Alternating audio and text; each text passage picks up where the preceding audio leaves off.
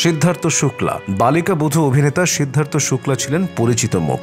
Reality show থেকে অভিনয় সব জায়গাতেই নিজের ছাপ রেখেছেন তিনি। 2021 সালের 2 সেপ্টেম্বর মুম্বাইয়ে 40 বছর বয়সে হৃদরোগে আক্রান্ত হয়ে মারা যান তিনি। আগের রাতে ওষুধ খাওয়ার পর থেকে অসুস্থ বোধ করছিলেন।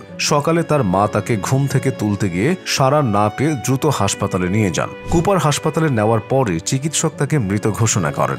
ময়নাতদন্তে শরীরে কোনো আঘাতের চিহ্ন অথবা সন্দেহজনক কিছু পাওয়া যায়নি। তার অন্ত্যেষ্টিক্রিয়ায় ভক্তরা শেষ দেখার জন্য রাস্তায় ভিড় জমান। শেহনাজ গিল, আলী গনি, জয় ভানুশালী, বিকাশ গুপ্ত সহ অনেক তারকাও উপস্থিত ছিলেন। পারভিন ববি বলিউডের আলোচিত এই নায়িকার মৃত্যু তোলপাড় ফেলে দিয়েছিল। 2005 সালের 20 জানুয়ারি জুহুর ফ্ল্যাটে 50 বছর বয়সে মারা যান তিনি। 3 দিন পর তার মরদেহ পাওয়া যায়। মৃত্যুর কারণ ছিল মাল্টি অর্গান ফেলিওর। 80-র দশকে তিনি স্কিজোফ্রেনিয়ায় ভুগতে শুরু করেন, যা ক্রমেই তাকে একাকিত্বে ঠেলে দেয়। শেষ জীবনে বিষক্রিয়ার আশঙ্কায় অন্যের রান্না করা খাবারও খেতেন না। তার ফ্ল্যাটের দরজার বাইরে কয়েকদিন ধরে দুধ, ডিম, পত্রিকা পড়ে থাকতে দেখে প্রতিবেশীরা পুলিশে খবর দেন।